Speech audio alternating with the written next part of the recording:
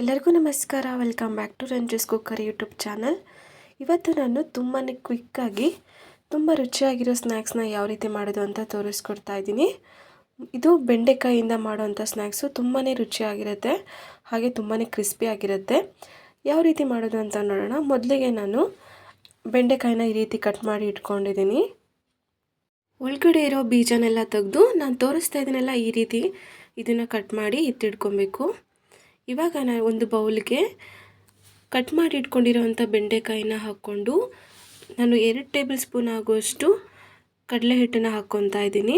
ಹಾಗೆ 1 table spoon ಆಗುವಷ್ಟು ಅಕ್ಕಿ ಹಿಟ್ಟನ್ನು ಹಾಕ್ಕೊತಾ ಇದ್ದೀನಿ. ಹಾಗೆ 1 ಟೇಬಲ್ ಸ್ಪೂನ್ ಆಗುವಷ್ಟು ಗರಂ ಮಸಾಲಾನ ಹಾಕ್ಕೊತಾ ಇದ್ದೀನಿ. ಹಾಗೆ 1 ಟೇಬಲ್ ಸ್ಪೂನು ಅಚ್ಚ ಖಾರದ ಪುಡಿ ಹಾಕ್ಕೊತಾ ಇದ್ದೀನಿ. ಹಾಗೆ ಸ್ವಲ್ಪ ಅರಿಶಿನ ಹಾಕ್ಕೊಬೇಕು. ಇವಾಗ ನೀಟಾಗಿ ಹಾಗೆ ಡ್ರೈ ಮಿಕ್ಸ್ ಮಾಡ್ಕೊಬೇಕು. ಎಲ್ಲದನ್ನು ನೀರು ಹಾಕೋದಕ್ಕಿಂತ ಮುಂಚೆ ಈ ರೀತಿ ನೀವು ಮಿಕ್ಸ್ ಮಾಡಿಕೊಂಡ್ರೆ ನಾವು ಹಾಕ್ಕೊಂಡಿರೋ ಹಿಟ್ಟೆಲ್ಲ ಬೆಂಡೆಕಾಯಿ ಒಳಗಡೆ ಚೆನ್ನಾಗಿ ಬೆರ್ತೋಗುತ್ತೆ. ಅದಕ್ಕೋಸ್ಕರ ಇವಾಗ ಸ್ವಲ್ಪ ನೀರನ್ನು ಸಿಮ್ಸ್ಕೊಂಡು ಇದನ್ನು ನೀಟಾಗಿ ಕಲಿಸ್ಕೊಬೇಕಾಗತ್ತೆ. ಇವಾಗ ಉಪ್ಪು ಎಷ್ಟು ಬೇಕಾಗುತ್ತೆ ನೋಡಿಬಿಟ್ಟು ಉಪ್ಪನ್ನು ಹಾಕಿ ಇನ್ನೊಂದು ಸಲ ನೀಟಾಗಿ ಮಿಕ್ಸ್ ಮಾಡ್ಕೊಳ್ಳಿ. ಗ್ಯಾಸ್ ಮೇಲೆ ಒಂದು ಬಾಣಲೆ ಅಥವಾ ಈ ರೀತಿ ಪ್ಯಾನ್ಗೆ ಎಣ್ಣೆನ ಹಾಕಿ ಮುಂಚೆನೇ ಕಾಯಿಸಿಟ್ಟಿರಬೇಕಾಗತ್ತೆ.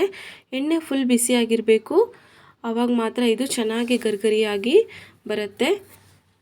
ಎಣ್ಣೆ ಚೆನ್ನಾಗಿ ಕಾದಾದಮೇಲೆ ಇದನ್ನು ಸ್ವಲ್ಪ ಹೈ ಫ್ಲೇಮಲ್ಲಿ ಇದನ್ನು ಫ್ರೈ ಮಾಡ್ಕೊಬೇಕಾಗತ್ತೆ.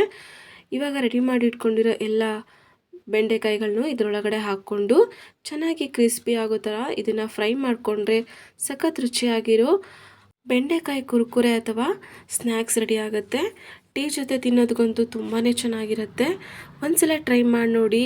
ಈ ರೆಸಿಪಿ ಏನಾದರೂ ಇಷ್ಟ ಆಯಿತು ಅಂದರೆ ದಯವಿಟ್ಟು ಈ ವಿಡಿಯೋಗೆ ಲೈಕ್ ಮಾಡಿ. ಹಾಗೆ ನನ್ನ ಚಾನಲ್ನ ಇನ್ನೂ ಯಾರು ಸಬ್ಸ್ಕ್ರೈಬ್ ಮಾಡಿಲ್ವೋ ದಯವಿಟ್ಟು ಸಬ್ಸ್ಕ್ರೈಬ್ ಮಾಡ್ಕೊಳ್ಳಿ. Thank you for watching.